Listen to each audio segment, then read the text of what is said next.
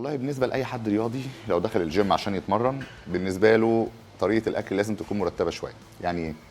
يعني يكون واكل قبل التمرينه بتاعته لو هيتمرن الصبح بساعتين او ساعه، يكون واخد نسبه بروتين قليله، نسبه كارب اعلى شويه.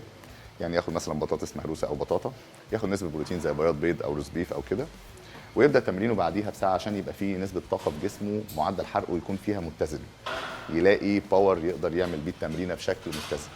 وبعد التمرين لو حد عايز يزيد بالك ماسلز او يزيد حجم عضلي كويس، لازم ياكل بعد التمرين مباشره نسبه بروتين عاليه، سواء ياخدها من المكملات الغذائيه الواي بروتين مثلا، ويكمل بقيه اكله من الاكل العادي، وينظم بقيه اكله على مدار اليوم حدود 5 وجبات او 4 وجبات. المهم البروتين انتاج بتاعه يكون ثابت، اللي هي مصدر البروتين اللي داخل جسمه يكون معدله كبير علشان يكافئ العضلات اللي هو عاملها. لو حد عايز يخس في التمرين، بعد التمرين ما ياكلش مباشره، يقعد من ساعه لساعتين ما ياكلش عشان المعدل الحراري بتاعه بيبقى في اعلى نسبه ليه بعد التمرين، ويبدا ياخد المعدلات اللي بتاعه التغذيه بتاعته بشكل متزن على مدار اليوم.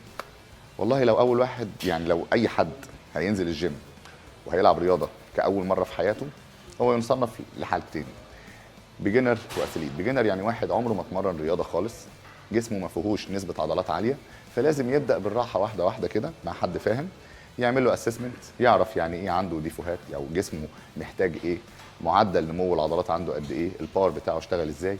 بناء عليه بيحط بروجرام خفيف، بيبدا بتمرين باوزان متزنه خفيفه، اداء حركي يفضل على الماشين الاجهزه، ما يلعبش فري ويت اللي هي الحديد الحر، الدنابل والبارات بدايه دخوله الجيم، لان ده محتاج بالانس، محتاج حد يكون فاهم واوريدي واخد على الاداء الحركي بتاعه كويس عشان يعرف يلعب بالحديد الحر.